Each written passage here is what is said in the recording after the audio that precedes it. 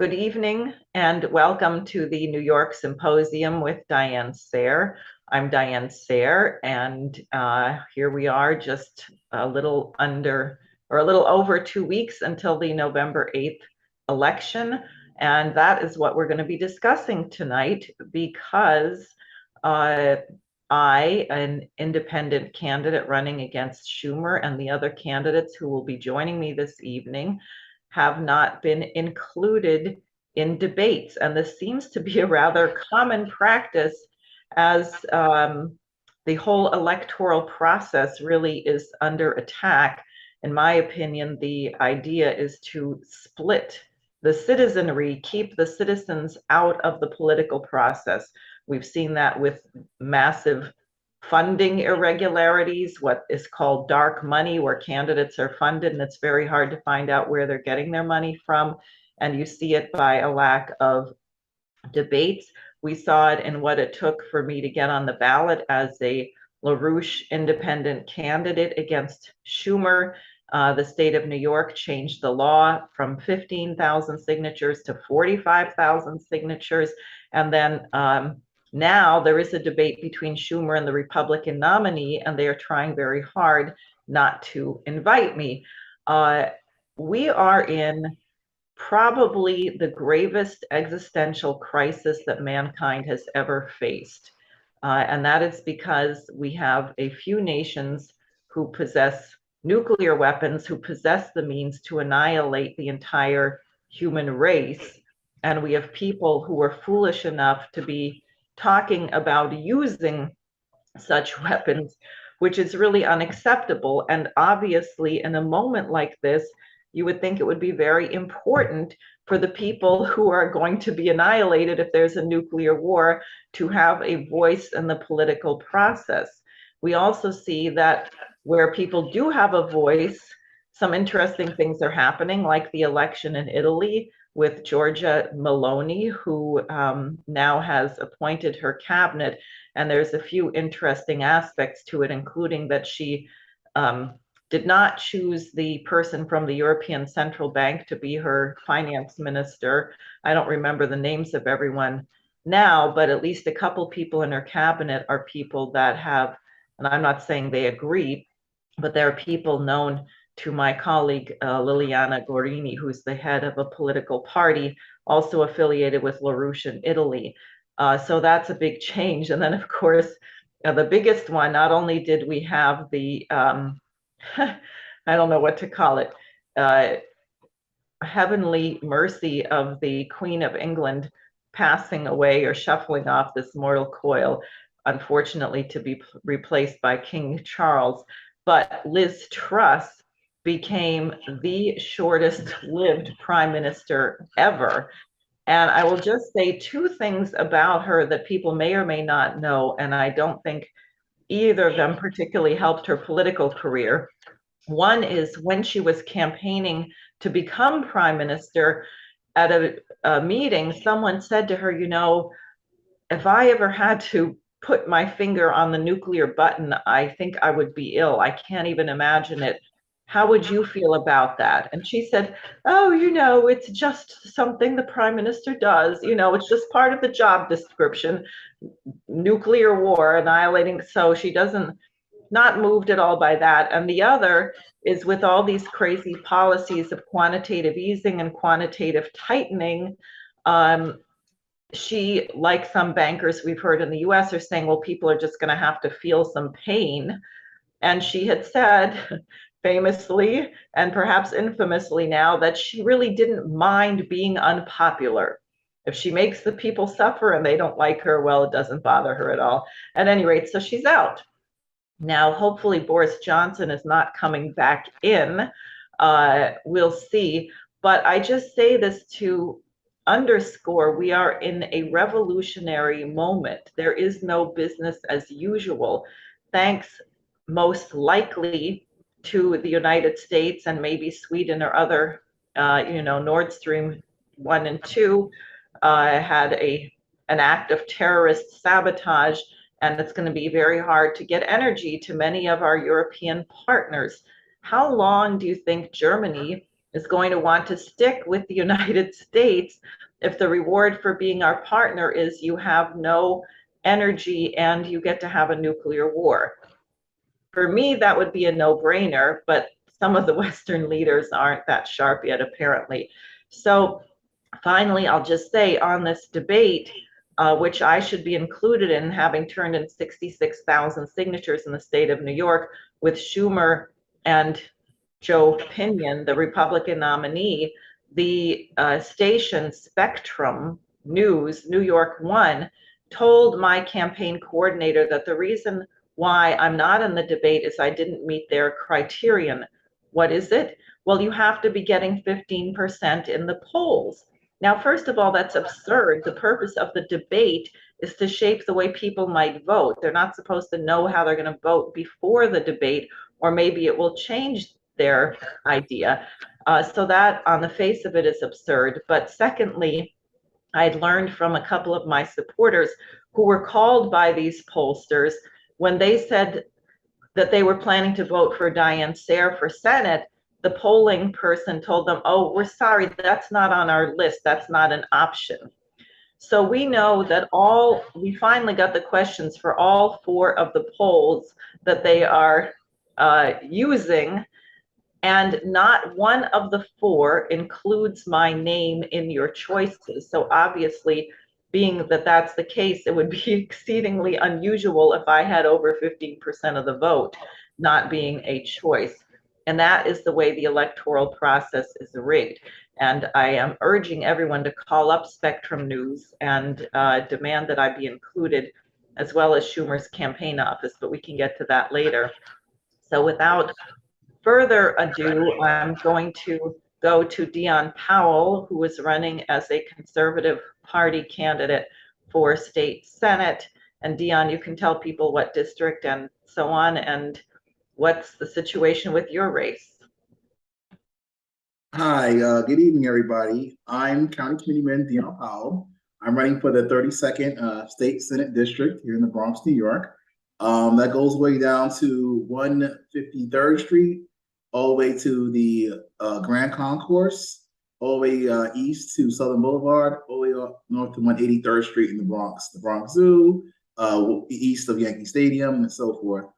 The reason I'm running on the conservative line is because redistricting was such a fiasco that at the near end of May, the district was drawn, and I knew that it was mostly predominantly African-American, African, Black votes. So I figured I'd throw my hat in the ring and run, but I didn't pivot soon enough to get enough signatures for them not to knock me off the ballot. I got 1,400 signatures, but they did what they had to do, knock me off the ballot for the Democratic primary. But my friends at the Conservative Party actually got me on their line, so I'm in the general election in November.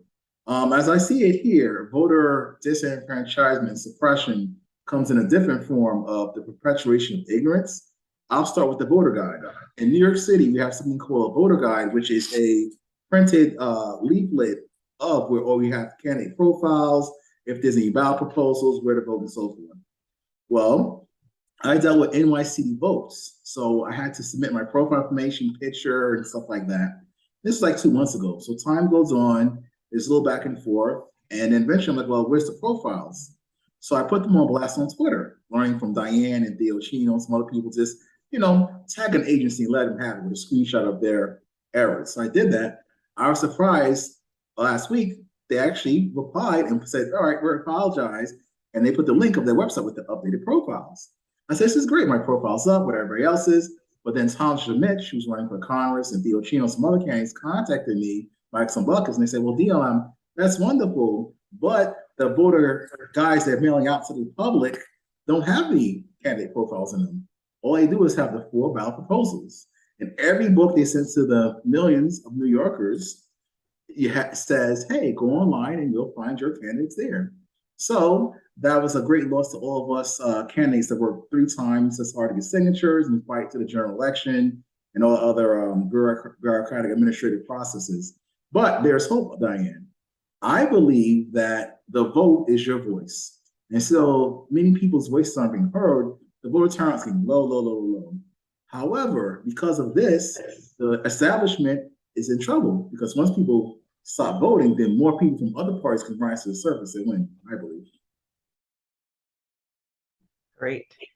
Thanks. Well, I have more questions and thoughts, and I did notice that voter guide, unbelievable. And they only give you 750 characters anyway, so you can barely say anything. It's just outrageous. Anything of substance.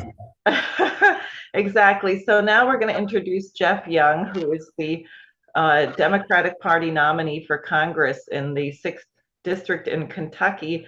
And I just learned today that in all of his efforts, Andy Barr has steadfastly refused to debate. So maybe you have some ideas why he would be doing that, Jeff. Okay. Well, I'll just introduce myself briefly. I was born in Massachusetts. I'm 66 now. I moved to Lexington, Kentucky 40 years ago and been here ever since.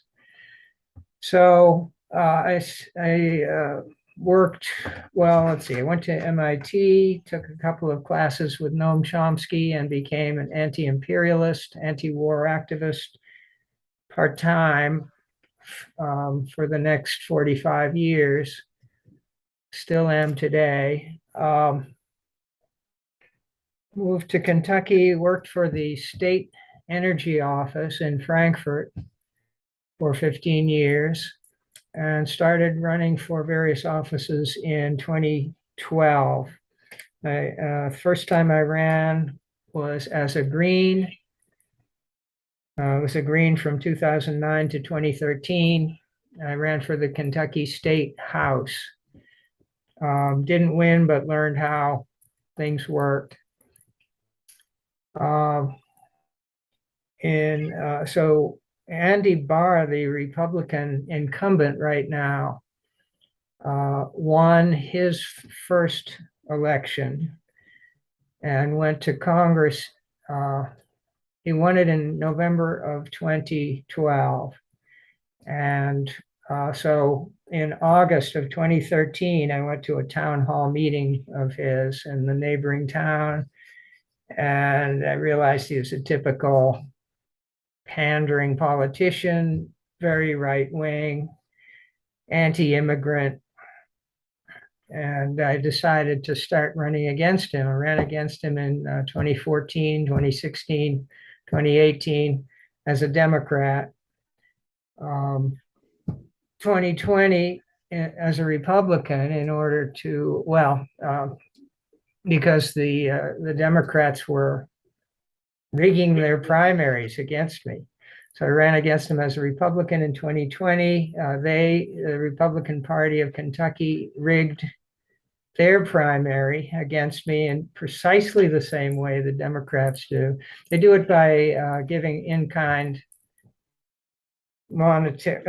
support to their favorite candidate or the incumbent, and they try as hard as they can to make sure that challenger never gets any contributions or airtime or time to speak to voters. And then in this year, 2022, I ran as a Democrat again and finally won a primary against, an unknown young candidate. The party backed him surreptitiously. I can't say that, for sure that they violated Kentucky's election law, but they backed him, and I did manage to win on May 17th of this year. So debates, you would think that a Democrat would have an easy time getting onto public television, KET debate, but I didn't get on in the primaries. They have these criteria where you have to have raised or spent a certain amount of money. In the primary, it was $50,000.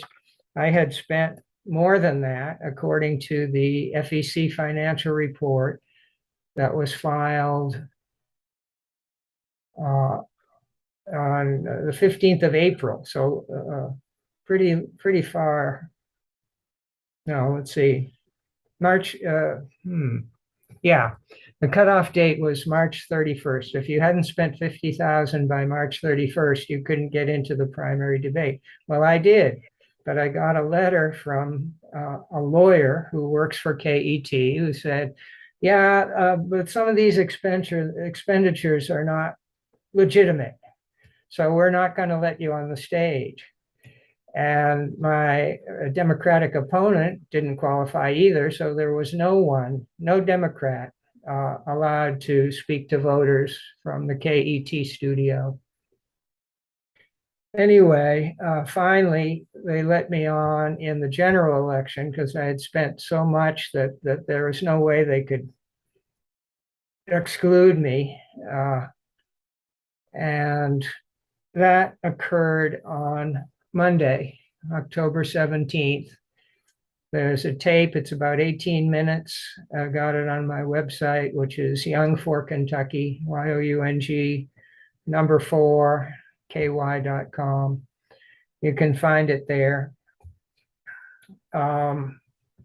So Andy Barr chickened out. He did not appear. So in 9 years, since August of 2013 until today, he has never debated me. And I don't know, he's a coward. He feels he has nothing to gain by debating me and a lot to lose, because I am a very attacking candidate. I attack all the time. I have no defense, all offense. So anyway, just a few minutes before this started, I had an idea. If I do win on November 8th, go to Washington as U.S. representative, I think the FCC laws need to be amended to make it much easier for candidates of all parties or independents to get into debates. And my idea is, if a candidate spends any money at all advertising on a media channel, then that channel has to offer a debate to all of the candidates who are on the ballot. So if anybody advertises on Fox News, then Fox has to hold a debate among everyone who's on the ballot. Just an idea that occurred to me a few minutes ago. So I will stop there, and we can discuss things later.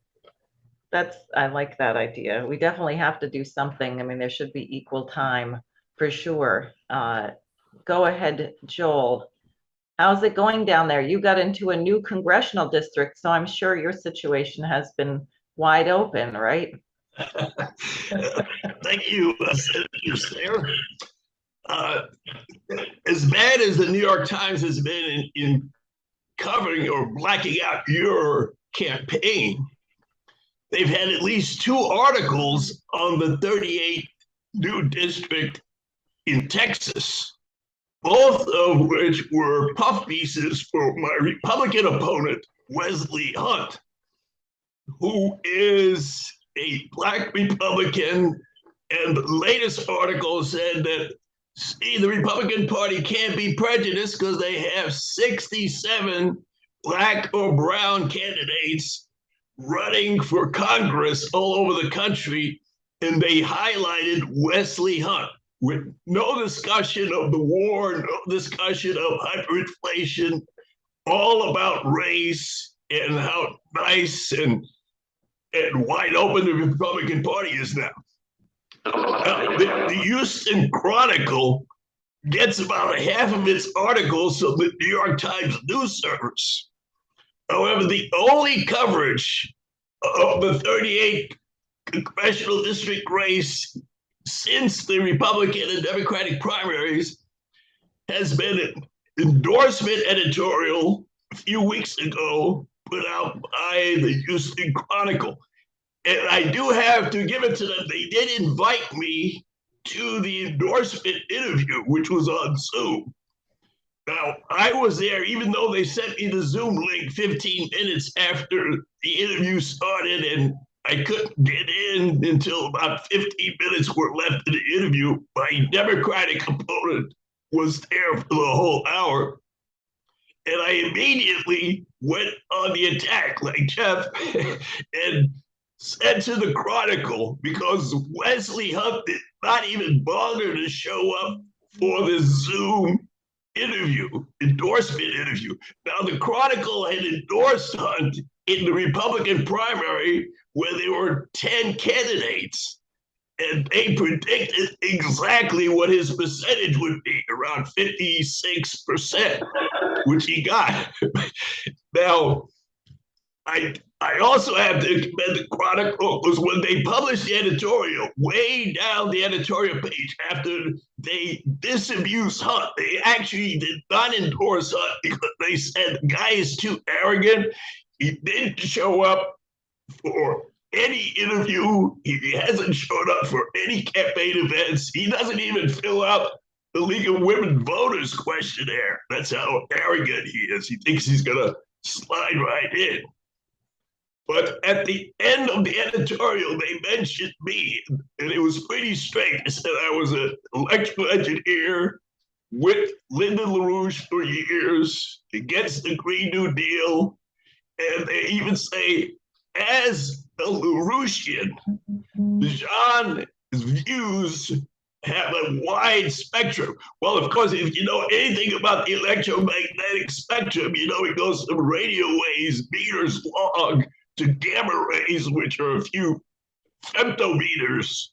So, of course, it's a wide spectrum. But they do cover that I am an immigrant from Haiti. I'm against the war deployments. And they had no slander or no attack on LaRouche. So that single editorial has been the only coverage in the Houston Chronicle, and the Houston Chronicle is the only newspaper in the whole Houston area, besides some of these giveaway newspapers. So I did meet Wesley Hunt once on the campaign trail. Phillips Petroleum, or Phillips 66, had an employee candidate forum. They invited other candidates like Attorney General for statewide offices, state reps, but all three of the candidates for the 38th Congressional District were invited, and Wesley Hunt showed up for this 2-hour meet the employees and the candidates. He showed up for 10 minutes, and my assistant, Ron Batag, took me over, introduced me to Wesley Hunt, and I immediately asked him, "Are you ready for a debate?" And he said, "No, I'm coasting." Literally, he said to me, to my face, "I am coasting. I don't need to even show up for public engagements, interviews, debates." Now, the only reason I think he showed up to the Phillips 66 event is because I found out later that Phillips 66, like a lot of oil companies, their political action committee gave Wesley Hunt $5,000 after the primaries. So he figured he might as well show his face. But outside of that, there's been no scheduled debates. There's been no coverage in the Chronicle, no coverage in National Public Radio, the local station, no coverage in the local public TV station or any of the local TV stations. So it's not just the political parties that are controlling, it's the media decides who gets covered, just like in New York State. So that's the situation. Yeah, exactly. I'm going to bring everyone up because I think we've all seen it, this unbelievable arrogance. I finally was on a affiliate of NPR where Joe Pinion, the Republican nominee, deigned to appear. and they said, and they were kind of angry. See, these people who are so arrogant, they should be a little mindful because they're actually getting people pretty upset. And these hosts on this radio show who were quite nasty, and they started with a very hostile question to me. Nonetheless, we're also pretty angry at Schumer. They kept saying, we've invited him repeatedly, he's never shown up. Now, you know, Senator Schumer will show up anytime if it's just to have his picture taken, because then no one can ask him any questions or hold him accountable. But if it comes to speaking or having to answer questions or be in a debate, no way. And Pinion, as I heard from the radio show, is not a threat. In fact, he has the exact same policy toward Ukraine and Russia as Schumer does, so that won't be intimidating or cause problems. I think that one of the reasons they want to keep people like all of us out of these discussions is that there are certain things that we're addressing which are on the minds of the majority of the American people, but they don't intend to address, like the hyperinflation, like nuclear war, like certain very basic things about whether people can exist, the crime rates. You know, there's many things that American people want to discuss that their elected officials should be accountable for.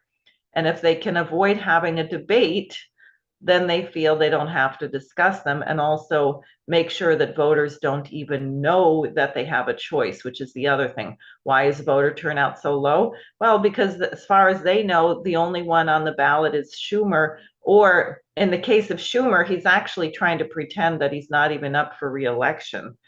So I'll just open Exactly. it up and go ahead, Dion, you have something? Yeah, that's a good point I never thought about. You know, just pretend like there's no election, is go on with business as usual. But once again, that's going to be their undoing, because now some people like me, you, and these gentlemen on this panel are in the streets doing the work. You know, more people are actually going to vote. But there's a lot of people who are just, you know what, it's not worth it. My voice and vote is not being heard. I'm not going to do it.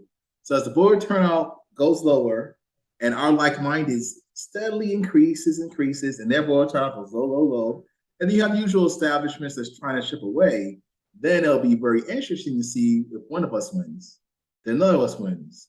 And it becomes 60-40, 58, 57, you know what I mean? Very close at the heels. But this year, I believe voter turnout will be so abysmal that there's going to be a lot of upsets. And New York is going to go purple, if not dark purple. And that's going to break up the world, because now people have to wonder, like, how come the South Bronx has so many MAGA signs? How is that possible? What is mutating in the South Bronx that they're having Make America Great Again in certain areas of the South Bronx? Well, then you have to ask the local elected officials. The Bronx, New York, per capita, 1.4 million people, 1.3 million Democrats, has always been the poorest place in the country. So if you have so many Democrats, everybody's a Democrat, all that's official Democrats, how come we're so poor? And how come all of a sudden you have all these pro-Trump things sprouting out from this situation? So it's very interesting. Why is AOC now? People are like, don't want AOC anymore in the Bronx and in Queens. And she's just dancing. Like, if you go on Twitter now, we were at her little hearing at the Boys and Girls Club in Queens, and she's dancing at people. She's making fun of her. She's actually helping her constituents, or just yelling at her about the crime rates. Now, how she's actually for war now, voting for war, when she didn't run on any of these things. Everything's supposed to be a holiday. We're also supposed to have everything for free as a socialist. But low voter turnout is actually going to work to our advantage in the long run. It's just that we have to just keep fighting the system. And I'll answer the question about the debates. I believe for the general election in New York City, because our requirements go by petitioning process, if you did meet the threshold of the signatures and you made the ballot, and if you are a third-party independent ballot cast like yourself, Diane, that they collect 3 times as much signatures, automatically by law, per the New York City Charter and the state constitution, you should, in electoral, be required to be in that debate. If it's paid by taxpayers as well. Right, you're saying that is the law or should be? That should be the law. Any major news outlet, any major news outlet that has a debate without a third-party candidate like yourself, or anybody that made those threshold, should receive a fine. Yes. Some consequence, yeah. I agree. They can pay pretty hefty ones. And they should. They're doing harm. They're doing harm because people are suffering and they have no recourse. And the congressman feel, or whoever, the official, the legislator, the councilman, if there's no threat in an election, that is one of the levers that the American people have on policy, is the election cycle. And if you have no sway in the election, then you have no means of controlling, of forcing your elected official to represent you. Right. Jeff, go ahead. You probably have thoughts.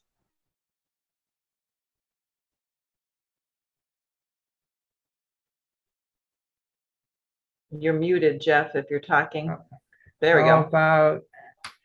about someone suggested a question? I like questions. So do you guys have voter machines? Or are you guys still doing shade in the bubble, or you got the nips to vote for your campaign? Okay, well, it's changed recently. We have a new Secretary of State, a Republican, for the first time in a long time. I don't know how long. And he seems to be trying to make the elections more verifiable.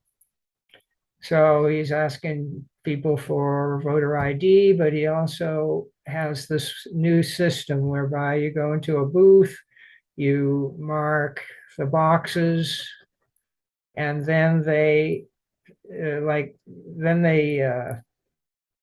make a file and email it, or they fax it to the central location, each ballot. So that seems pretty good system. I think in Kentucky, most of the rigging goes on months before the general election. Most of the rigging happens in the primaries, No. where the real action is in the primaries. Right. So if they can rig those, then it doesn't matter who wins the general election. They don't care. The same capitalist class owns both. And if they use the primaries to keep out any radicals, and consider myself a radical, then they're home free. Presidential level, Biden versus Trump. I mean, give me a break. They're both puppets of the same interests. And, so let me think which year it was. Was it 2020 that Tulsi Gabbard got eliminated from the Democratic primaries? Yes. They simply, I would call it rigging, election rigging, and they're left with all these candidates who are virtually identical, especially on foreign policy. Well, Hillary called Tulsi a Russian agent, I think. Yeah. Hillary Clinton was the head of the Center for Countering Disinformation in Ukraine. She was the head of the curve. Yeah, right. Tulsa did what we call him Blex, and she walked away. Tulsa, she left the party, unfortunately. But one of the things that Jesse the Body Ventura, former Minnesota governor, said that from the ballot itself, we should just remove the words of the political party and just have the names there. And that way people would have to do a due diligence. For example, in New York City, I could say we have something called ballot position based on the number of voters. For example, the Democrats would have row column A, most votes in New York State. Number 2, Republicans, column B, column C, conservative, and so forth.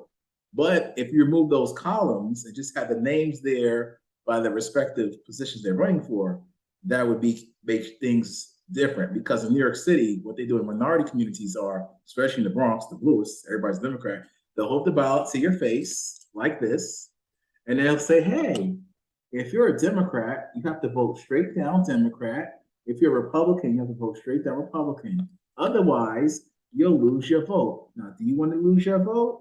Me, being a member of NAACP like Diane here, I said, no, Site coordinator, please come over here, who I know, the district leader.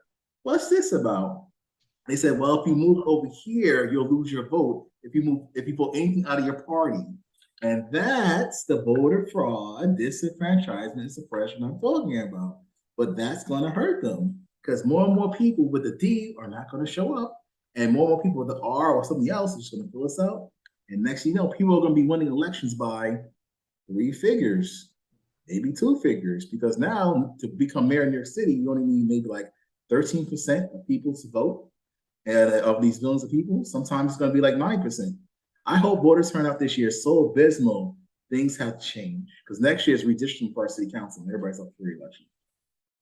But the real fraud is that what the public sees is that when it comes to war that can threaten thermonuclear war, there is no difference between the liberal Democrats like AOC, Sheila Jackson Lee, Al Green, who are allowed to have their differences with the Trump Republicans over abortion, over the border, over all these side issues. But when it comes to war and hyperinflation and depression, these Democrats and Republicans have the exact same policy. So that's why I was at a boss this afternoon, and a lot of people remember me because I've actually gone to boss several times over the last 6 months. But what people who don't know me say is that, oh, you're an independent.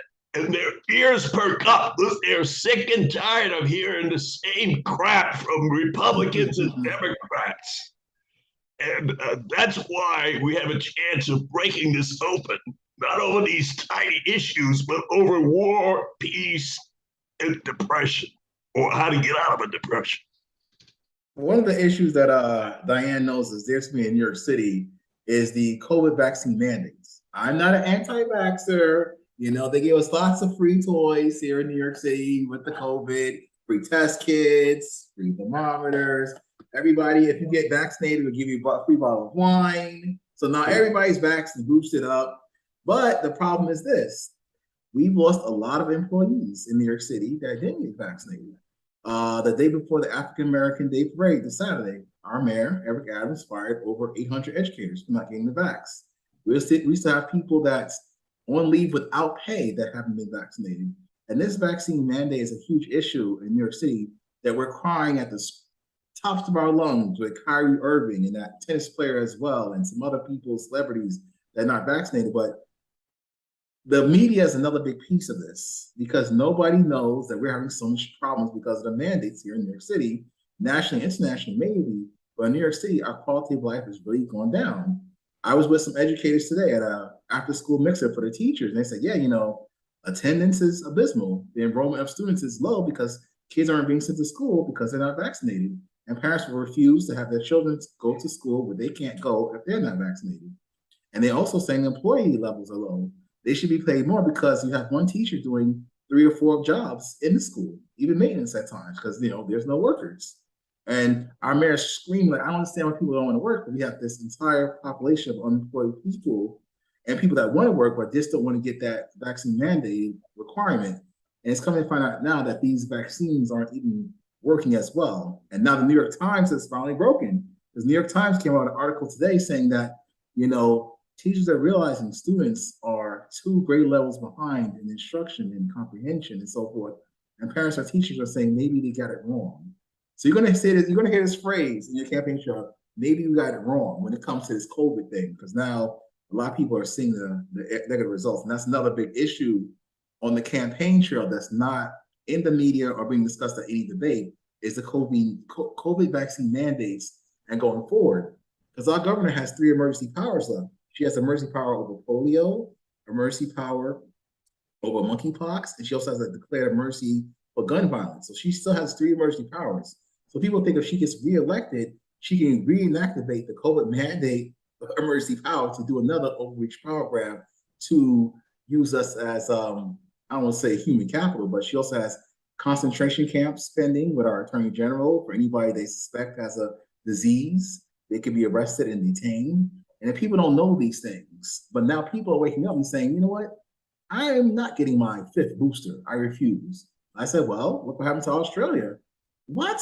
Yes, go to WhatsApp. You know, the Google's not telling you what's going on in the rest of the world with this COVID situation. And I'm surprised it's not really high up on the discourse, like abortion, like guns, like January 6th and Donald Trump. But the COVID vaccine mandate, not the vaccine, but the mandate, that should be a discussion that we should have just in case, because there's more bigger threats around every corner now with diseases. Well, you know, here again, I think part of the problem, and it's legit, the American people have figured out that their elected officials don't really care about them or their welfare. Because if you have a public health emergency, there are certain things that are very obvious, like nutrition, like decent housing. What's the biggest comorbidity that we've seen is poverty. Now, what was done to address people living in squalor, people having decent food? Last week, we had on my program this minister from Buffalo who described what he did, because he said, I know I'm African American and I know the death rate is going to be a lot higher in my community than it is otherwise. And he had actually, prior to the pandemic, started a whole health program because he was so disturbed by having all these funerals of men in their 50s. And he started looking into what we now call comorbidities, but things that he said they're called disease, but they're not really disease, they're preventable, you know, hypertension, diabetes, obesity. These are manageable conditions, but no one bothers to deal with that. And in fact, the thing that struck me in the program I had yesterday, both him and the nurse I had on, they both said that one of the difficulties we're having now with the hospitals and the staffing is that the baseline health of the American people today is much worse than it used to be. So people are coming into the hospital sicker, or people have multiple illnesses. They have mental illness, they have a physical illness, they have something else. And you're now increasing the patient to nurse ratio. So you're bringing in people with complex illnesses and you have many more patients per nurse, and you're creating an insane situation. And then, of course, what you mentioned, which is firing everybody. I mean, even people who had COVID, who would have natural immunity, you know, better than the vaccine in many cases. You know, it really was very arbitrary. So there's no reason, there's no basis for the population to trust the officials. Whereas you could have said, you know what, this pandemic has laid bare the entire collapse of our country.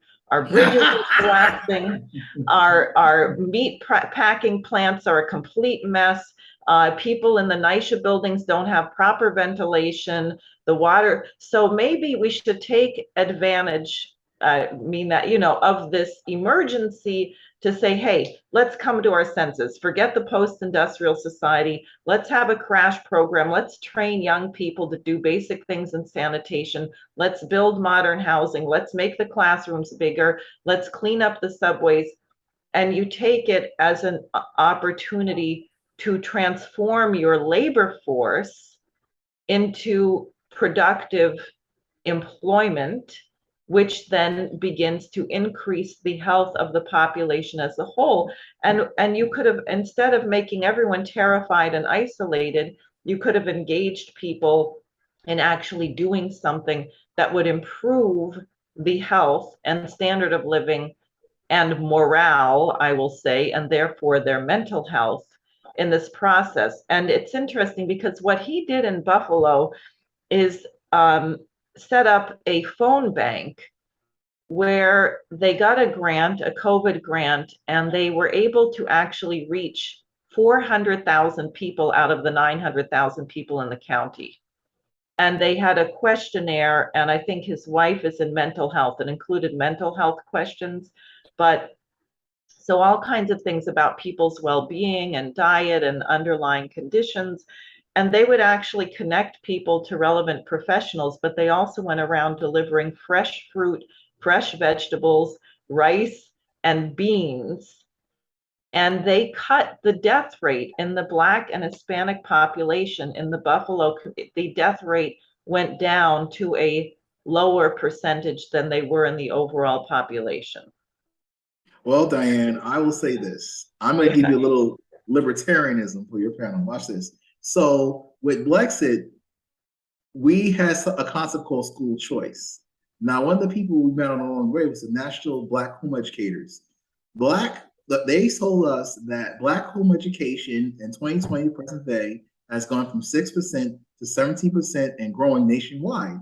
So right now, a lot of parents, like one of our members, she pulled her daughter from the school because of the mandate to homeschool her a year and a half ago. But because of her leadership, over 90 parents pulled their children from that one school. You can't have that. So what did the principal do? The principal called child services on everybody. We call it ACS in New York City. So citywide, one of the reasons that attendance is low for schools is that a lot of parents have pulled their children out of schools because they want to get vaccinated and are homeschooling. However, a lot of people are just keeping them home because some people are ignorant and ignorance and immigration issues. So right now, there's a lot of conclaves popping up of homeschoolers in New York City. And on top of that, they're doing the holistic living. They're doing other cooperatives upstate where you are, Diane, in Elmira, Sullivan County, and cultivating food in little co-ops. So there's hope springing up for people getting autonomy. One of the things that woke people up was the Similac shortage. That showed people that they shouldn't be relying on the government. Again, libertarianism, right?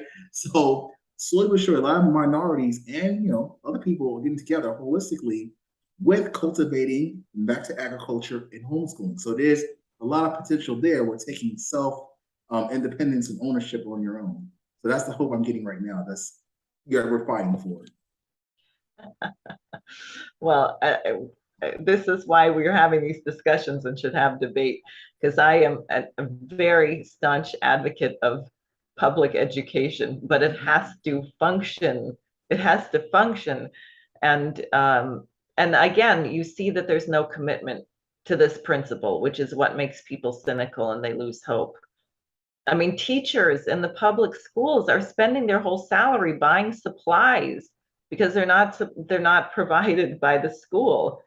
Or we had a discussion with a woman who teaches children with disabilities. They stayed in school during the pandemic because the parents couldn't handle taking care of a lot of them at home. So they're supposed to be teaching the children public health measures, washing their hands, except the faucets in the school don't work. Yeah, that was brought up at the mixer that we just had in the community for the teachers. One of them said, yes, basically special education now because of the COVID and what's going on, it's just a babysitting because some parents are just leaving their children there and they don't have the professional development skills and things they need to actually educate special needs children. So it's just like they're just being brought up to be babysat. And a lot of teachers are not coming out of pocket as much anymore because they're doing so many jobs within the school. And schools are so insulated, and principals want to make sure everything is kept within the school. None of this information can get out because teachers are fearful and other employees, and they're scared of being reported. So a lot of these stories aren't coming out unless you get these teachers over a few drinks, then all the stories come out and then tears, and then, it's really bad. I mean, we're laughing, but it's not, we're so desensitized. It's like a very perverse situation we're having here, but these teachers in the community in the hood, 4 schools in one building, every floor has a different school, and all these other restrictions. And then we don't have much school safety agents because they try to defund the police. And so now every other day, if you go into my page with Mona, there's guns being found in the schools, and these stories aren't getting out. But all that frustration is festering, and it's going to reflect in November. And all these posters, they can't even get the data I get, No, and that's why they don't want to have independent voices discussing these things or even debating, because God forbid 2 people disagree with each other, and then through the argument you end up coming up with a new idea that you didn't think of before. I mean, we don't want to have that, for heaven's sakes. Joel, did you have something? Yes, the ultimate example of no government is Haiti. There's no schools, there's no water treatment, no sewage treatment, no army. There's a political police trained by the United States. and there are gangs that get guns and drugs from the Drug Enforcement Agency, and this is being controlled by the international banks.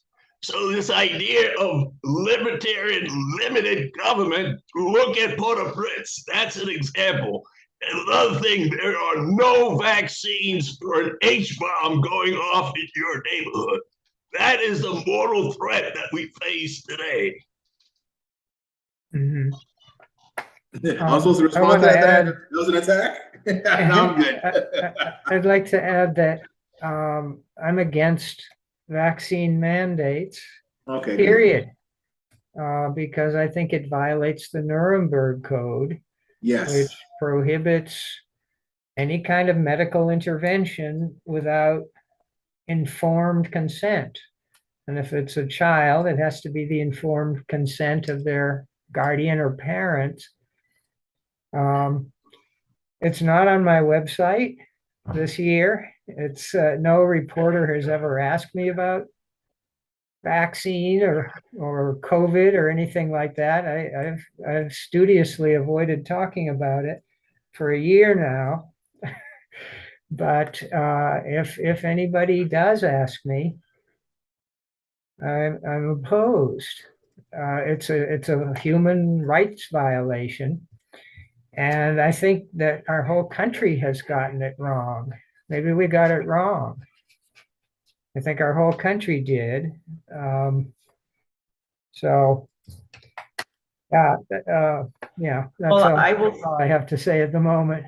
I think there's a difference between a mandate, an imposed mandate, and a situation where you are forced because it's simply the policy that you're going to starve to death, or you're not going to have. In other words, if there's no medication or there's no food, that's not a matter of your choice. That's a matter of a dysfunctional, disintegrating state. That's People- true. And the threat Yeah. of losing your job, hospital workers, if they don't get vaccinated, I consider that a mandate that violates the Nuremberg Code. That's applying economic pressure to a person's livelihood to get them to conform. Well, the thing about it is that, you can look at New Zealand and other places. They tried it out and they were supposed to be the best. And then fast forward, it turned out to be the worst because their bodies weren't really immune. But then another thing people aren't talking about again is that because of the socialist progressive of California, New York, they're trying to actually allow young people as young as 14 to 17 to be able to get these medical inoculations and medical sexual procedures without parental consent.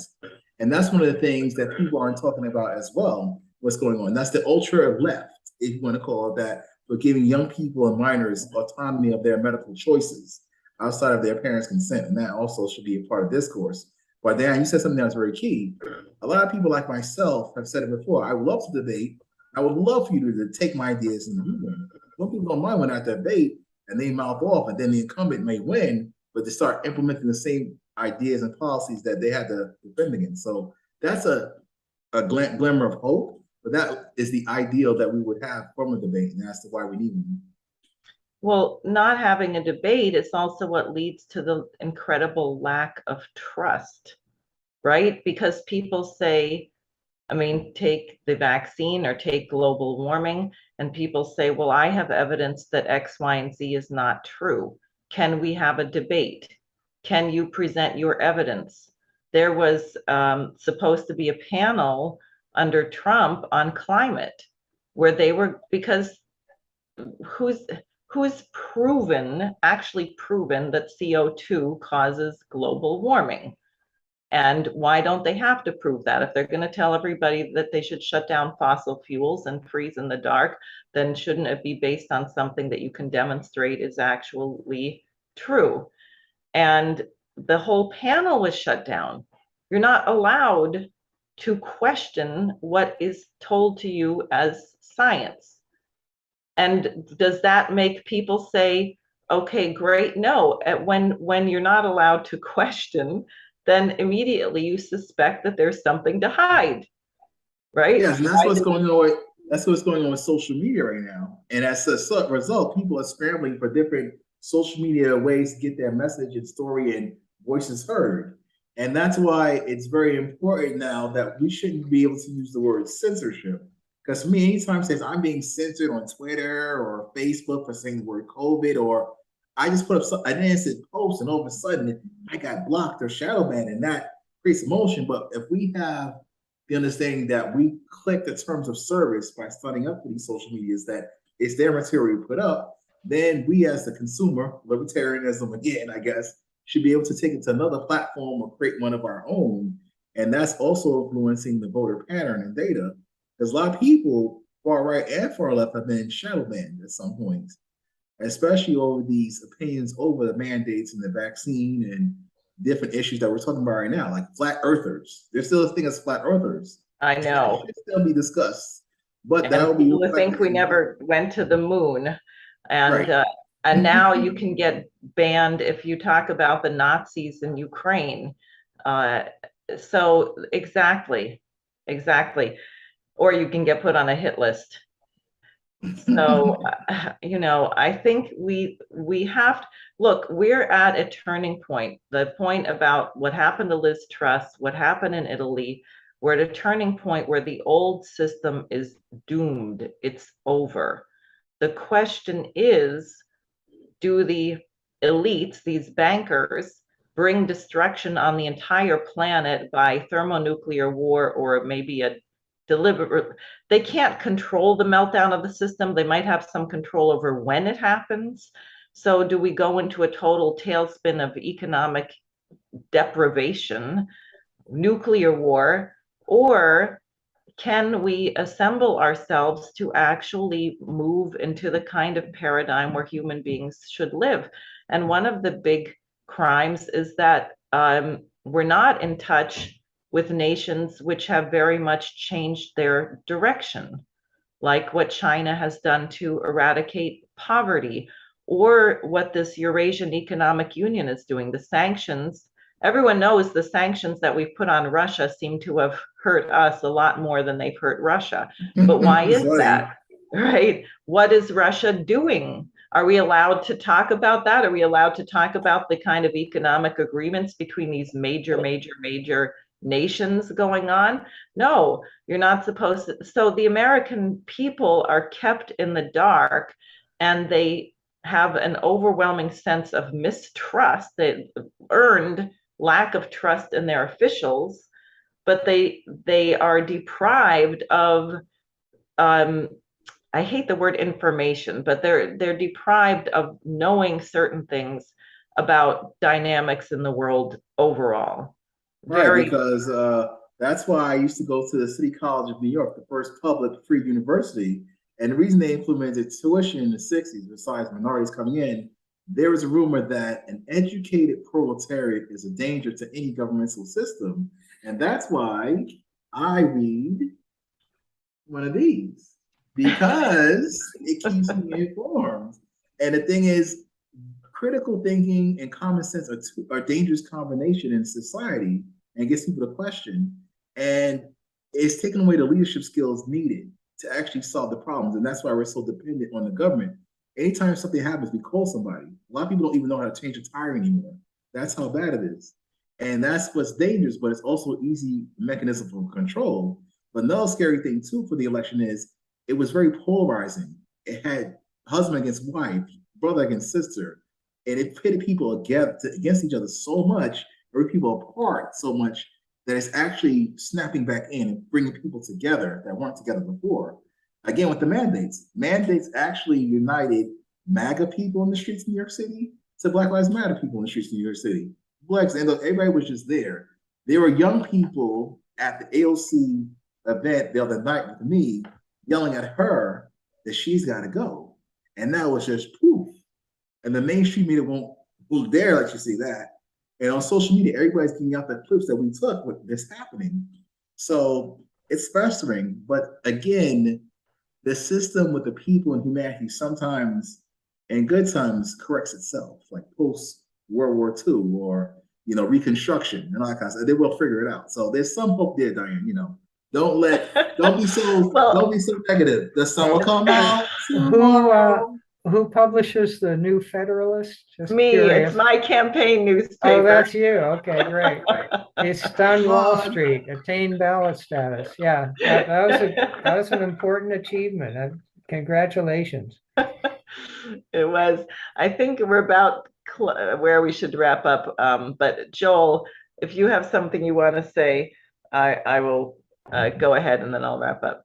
Well, you remember Ben Franklin was a newspaper publisher, and he was also a scientist. He's the one that gave us the beginnings of control, mastery over electricity.